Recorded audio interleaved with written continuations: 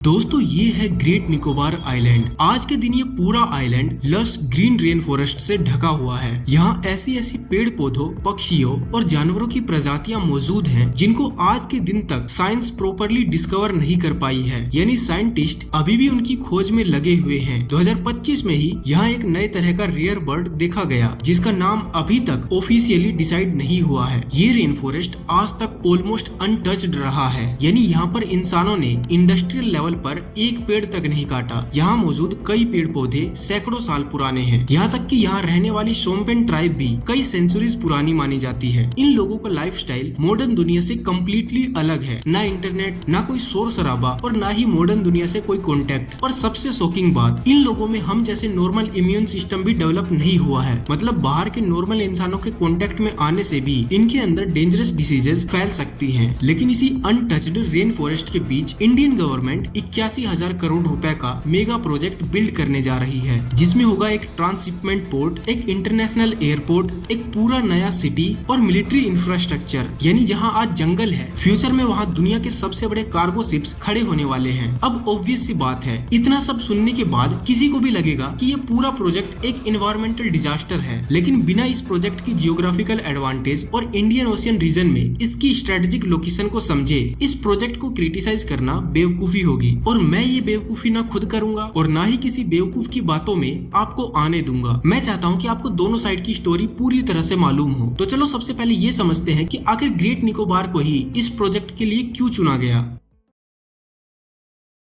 दोस्तों ये है Andaman and Nicobar islands, Indian Ocean, Bay of Bengal और अंडमान सी के बीच बसा हुआ 572 छोटे बड़े आइलैंड्स का ग्रुप, जो शायद इंडिया की सबसे स्ट्रेटेजिकली इंपॉर्टेंट यूनियन टेरिटरी भी है। इसके आसपास है म्यांमार, थाईलैंड, मलेशिया और Indonesia. Andaman and Nicobar island के सबसे नीचे है ग्रेट निकोबार आइलैंड, और यही आइलैंड आज इंडिया के लिए सबसे इम्पोर्टेंट मुद्दा बना हुआ है, क्योंकि इस आइलैंड के बगल से ही दुनिया का 30% सीबोर्न ट्रेड पास होता है। Straight of Malacca Indian ocean को साउथ चाइना सी से जोड़ने का काम करता है। चाइना अपना लगभग 80% ऑयल और गैस इंपोर्ट इसी रूट से करता है। मिडिल ईस्ट से ऑयल लाना हो, ऑस्ट्रेलिया से एलएनजी या एशिया के इलेक्ट्रॉनिक्स को यूरोप और अमेरिका भेजना हो, सब कुछ इसी रूट से होता है। और सिर्फ चाइना ही नहीं, Japan, south Korea, Vietnam, Cambodia, Taiwan, Philippines, Hong Kong, ये सभी कंट्रीज एशिया, यूरोप, अफ्रीका और अमेरिका से ट्रेड करने के लिए इसी सी रूट पर निर्भर है। यानी जिस देश की प्रेजेंस स्ट्रेट ऑफ मलक्का के पास स्ट्रॉन्ग होगी, उसकी इंडो पैसिफिक ट्रेड पर भी स्ट्रॉन्ग पकड़ होगी। और अभी इस रूट का सबसे ज्यादा फायदा सिंगापुर, मलेशिया और इंडोनेशिया उठाते हैं। सिंगापुर की पूरी economy almost straight of Malacca के ट्रेड पर ही टिकी हुई है। सिंगापुर ने बहुत जल्दी ही इस रूट की इंपोर्टेंस को समझ लिया था। आज सिंगापुर दुनिया का दूसरा सबसे बड़ा कंटेनर पोर्ट और फाइनेंशियल कैपिटल है। इसकी जीडीपी छोड़ो, सिंगापुर का जीडीपी पर कैपिटा $1,07,758 है। यानी यहाँ रहने वाला हर 10 में से एक आदमी करोड़पति है। और दूसरी तरफ इंडिया के पास इतनी पावरफुल स्ट्रेटेजिक लोकेशन होने के बावजूद भी आज तक यहाँ कोई बड़ा इन्वेस्टमेंट नहीं किया गया था। Great Nicobar island straight of Malacca से सिर्फ 150 किलोमीटर दूर है, इंडोनेशिया के सुमात्रा आइलैंड से अराउंड 90 किलोमीटर और सिंगापुर से लगभग 1300 किलोमीटर। इस आइलैंड का total area around 921 square kilometre है, यानी साइज में लगभग हांगकांग जितना। Great Nicobar straight of Malacca के वेस्टर्न एंट्रेंस पर बैठा हुआ है, इसलिए कई एक्सपर्ट्स इसे इंडिया का नेचुरल चोक पॉइंट भी मानते हैं। इंडिया अगर यहाँ अपनी मिलिट्री और सर्वेलेंस प्रेजेंस बना लेता है तो इंडिया यहीं से स्ट्रेट ऑफ मलक्का के अंदर और बाहर जाने वाली सभी चीजों को मॉनिटर, ट्रैक और जरूरत पड़ने पर इन्फ्लुएंस भी कर सकता है। 2003 में चाइना के फॉर्मर प्रेसिडेंट हु जिनताओ ने इस प्रॉब्लम को एक नाम दिया था, मलक्का डिलेमा। यानी अगर किसी भी वजह से, चाहे प्राइवेसी हो, मैरीटाइम टेररिज्म हो या फ्यूचर में कोई भी जियोपॉलिटिकल कॉन्फ्लिक्ट हो जाए और स्ट्रेट ऑफ मलक्का बंद हो जाए, तो चाइना के लिए सिचुएशन बहुत डेंजरस हो सकती है। क्योंकि जैसा कि मैंने पहले भी बताया, चाइना अपना 80% से ज्यादा क्रूड ऑयल इसी रूट से इंपोर्ट करता है। तो अगर स्ट्रेट ऑफ मलक्का बंद हो जाए तो चाइना की एनर्जी सप्लाई, मैन्युफैक्चरिंग और एक्सपोर्ट इकोनॉमी पर डायरेक्ट इंपैक्ट पड़ेगा। और इसी वजह से स्ट्रेट ऑफ मलक्का सिर्फ एक शिपिंग रूट नहीं है, ये एक्चुअली दुनिया के सबसे इंपॉर्टेंट जियोपॉलिटिकल चोक पॉइंट्स में से एक है। इसीलिए इंडिया स्ट्रेट ऑफ मलक्का के एंट्रेंस पर ही अपना मेगा ट्रांसशिपमेंट पोर्ट प्रोजेक्ट बनाना चाह रहा है। लेकिन अब सवाल आता है, आखिर ये ट्रांसशिपमेंट पोर्ट होता क्या है और इंडिया को इसकी इतनी जरूरत क्यों पड़ रही है? ऐसा भी क्या हो जाएगा अगर ग्रेट निकोबार में ये पोर्ट नहीं बना तो? चलो इसे समझते हैं।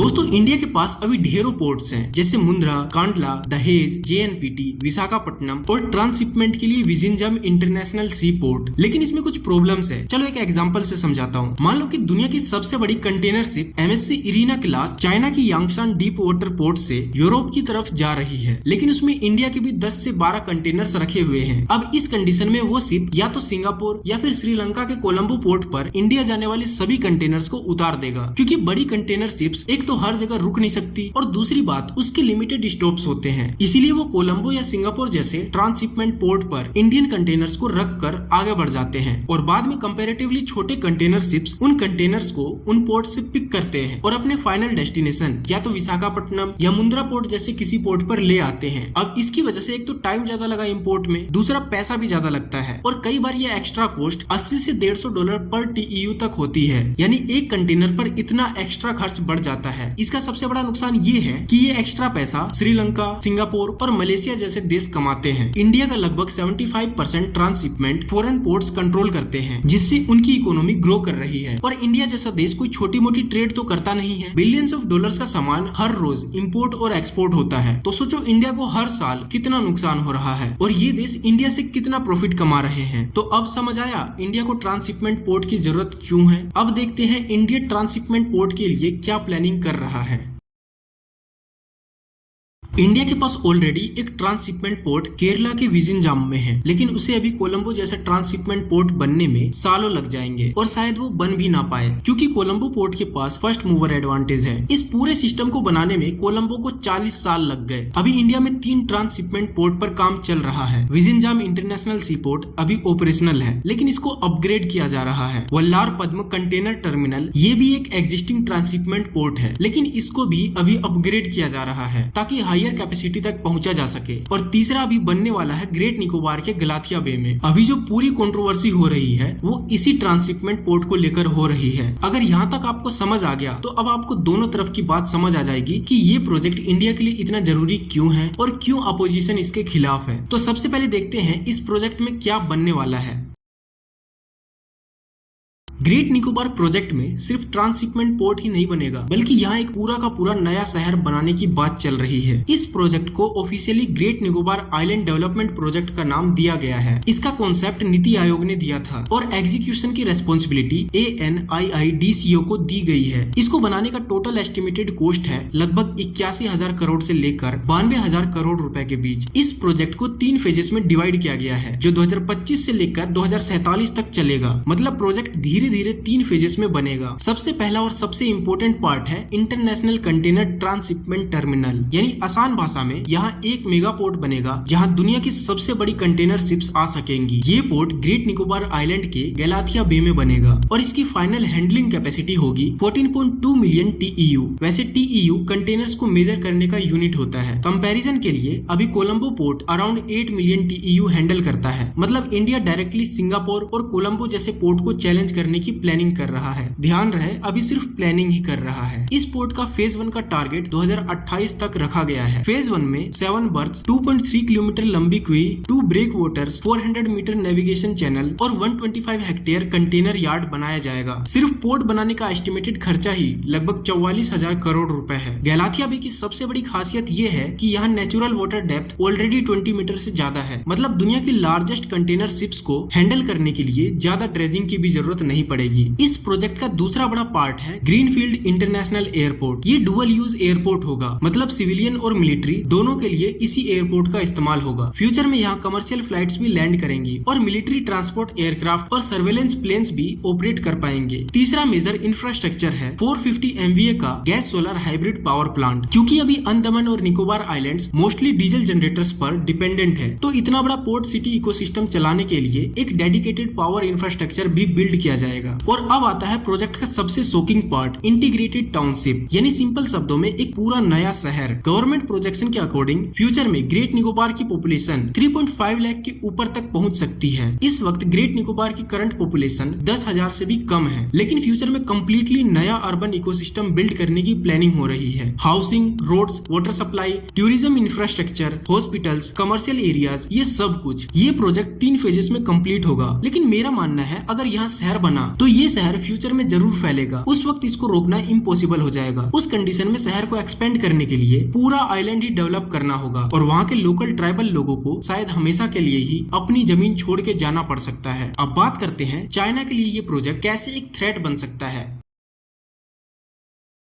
जैसे ही ग्रेट निकोबार प्रोजेक्ट बन जाएगा तो इंडिया चाइना जाने वाली और चाइना से आने वाली हर एक चीज पर चील की नजर बना के रखेगा। चाइना वैसे भी पूरे इंडियन ओशियन में अपने सबमरीन्स, रिसर्च वेसल्स और deep sea surveillance system deploy करता रहता है। लेकिन अगर ग्रेट निकोबार में इंडियन नेवी और मिलिट्री इंफ्रास्ट्रक्चर स्ट्रॉन्ग हो गया तो इंडिया चाइना की इन एक्टिविटीज को और क्लोजली मॉनिटर कर पाएगा। यानी इंडियन नेवी के लिए इंडियन ओशियन को ट्रैक और कंट्रोल करना और आसान हो जाएगा। China string of pearls strategy के तहत इंडियन ओशियन में अपनी प्रेजेंस मजबूत करने में लगा हुआ है। पाकिस्तान का ग्वादर पोर्ट, श्रीलंका का हम्बनटोटा इंटरनेशनल पोर्ट, म्यांमार का क्याकफू पोर्ट, बांग्लादेश के चितगांव और सोनादिया प्रोजेक्ट्स, अफ्रीका में जिबूती, साथ ही मालदीव्स और सिएचल जैसे रीजन में भी चाइना बिलियंस ऑफ डॉलर्स लगाकर पोर्ट्स और इंफ्रास्ट्रक्चर डेवलप कर रहा है। ये सब चाइना क्यों कर रहा है पता है? ताकि वो अपनी मिलिट्री प्रेजेंस पूरे इंडियन ओशियन में बना ले और वॉर जैसी सिचुएशन में ये सारे इंफ्रास्ट्रक्चर का फायदा उठा सके। लेकिन टेंशन मत लो, हम दूसरी पर्सपेक्टिव पर भी इतने ही डीप में जाएंगे। इस प्रोजेक्ट से होने वाले प्रॉब्लम्स की भी बात करेंगे। लेकिन उससे पहले ये देखो चाइना की प्लानिंग क्या है। चाइना हमसे 100 कदम आगे की चाल सोचकर चल रहा है। दोस्तों चाइना भी कम नहीं है, वो कोई हाथ पे हाथ धर के बैठने वाले देशों में से नहीं है। थोड़ा प्रॉब्लम तो होगा ही चाइना को, लेकिन चाइना स्ट्रेट ऑफ मलक्का के अल्टरनेटिव रूट्स पर भी काम कर रहा है। फर्स्ट है इंडोनेशिया का सुंडा स्ट्रेट जो स्ट्रेट ऑफ मलक्का को बाईपास कर सकता है। सेकंड है इंडोनेशिया का ही दूसरा शिपिंग रूट लोम्बोक स्ट्रेट। लेकिन एक बात याद रखना, समुद्र में हर कुछ किलोमीटर ज्यादा चलने पर फ्यूल, टाइम और पैसे तीनों की बर्बादी होती है। तीसरा रास्ता है Myanmar oil and gas corridor. चौथा रास्ता बिल्कुल पागलपन भरा है। चाइना थाईलैंड को लगभग 28 बिलियन डॉलर दे रहा है और कह रहा है कि थाईलैंड अपनी जमीन को काटकर गल्फ ऑफ थाईलैंड को इंडियन ओशियन से जोड़ दे। थाईलैंड और चाइना के इस प्रोजेक्ट का नाम है करा कैनाल। पांचवा रास्ता है China Pakistan economic corridor CPEC और आखिरी रास्ता है आर्कटिक रूट। फ्यूचर में जब क्लाइमेट चेंज की वजह से आर्कटिक में आइस मेल्ट हो जाएगा तो वहाँ से चाइना को ही नहीं बल्कि दुनिया को एक नया शिपिंग रूट मिल जाएगा। यहाँ तक तो हमने इंफ्रास्ट्रक्चर, जियोपॉलिटिक्स, बिजनेस इन सब की बात कर ली, लेकिन हमारी बात अधूरी होगी जब तक कि हम यहाँ की बायोडायवर्सिटी की बात ना करें। हमें ये भी समझना होगा कि यहाँ के रेन फॉरेस्ट कितनी इंपॉर्टेंट है, यहाँ रहने वाली ट्राइब्स का क्या होगा, यहाँ के रेयर एनिमल्स, कोरल रीफ्स और फ्लोरा फाउना पर इसका क्या इम्पैक्ट पड़ेगा। तो चलो इस आखिरी चैप्टर में ग्रेट निकोबार प्रोजेक्ट के दूसरे साइड को भी समझते हैं जिसके लिए इतना विवाद हो रहा है।